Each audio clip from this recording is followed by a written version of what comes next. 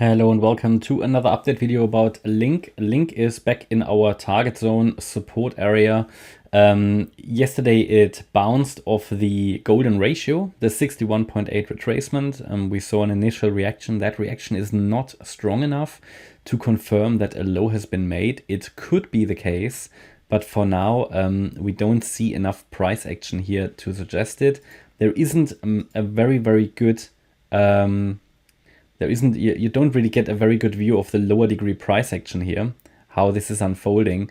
My best view here is as well that, well, ideally, we're seeing here one more low. That would be the clearest pattern, because then I have a possible A wave down, a B wave up, and a C wave down.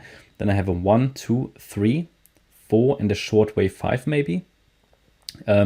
So that's possible, or if we could, of course, be that we've bottomed already, but then the move up here would have to be a diagonal, and it's not very convincing. It looks very much like a classical bear flag, you could actually say, right? And we're just hitting trend line here. So we've got 3 touch points on this trend line. Could very well just be a so-called bear flag. Yeah, there are no bear flags as such in Elliott wave, but it's basically an ascending wedge. I wouldn't be surprised to drop here to the downside. Typically would happen. Doesn't need to happen yet. It could still extend out a little bit before it comes down. And if it breaks to the upside, to be honest, then it would be a strong sign that the low has been made already. Then I would start to count it as a WXY structure. WXY, because you only need 3 waves basically, and I have an A, B, C, and Y. I don't find that very unlikely. I think both options are very valid and viable.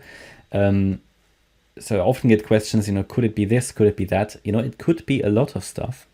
It can be a lot of stuff. I can give you probably 4 or 5 or 6 possible corrective counts here that make sense. But does it help you with your trading? Probably not.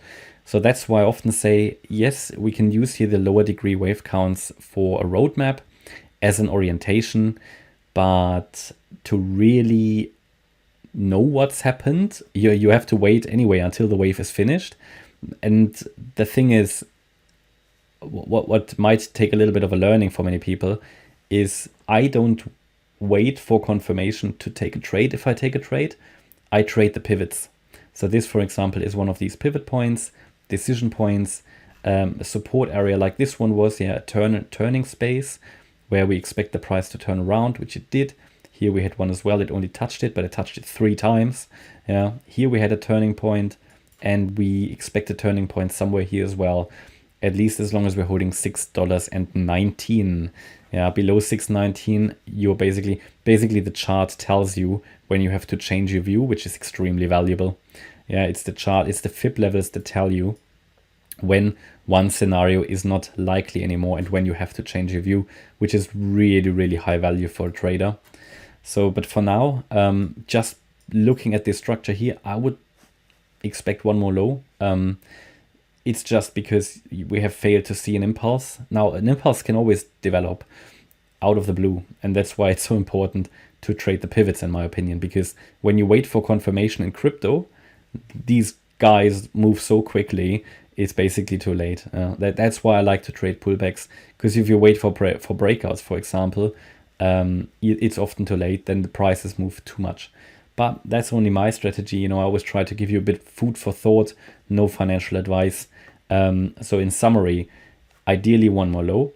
In that one more low, it must avoid to break below 619. Otherwise, this 1-2 setup and the bullish count in orange, which could take it higher to 10 cents plus, would be very unlikely.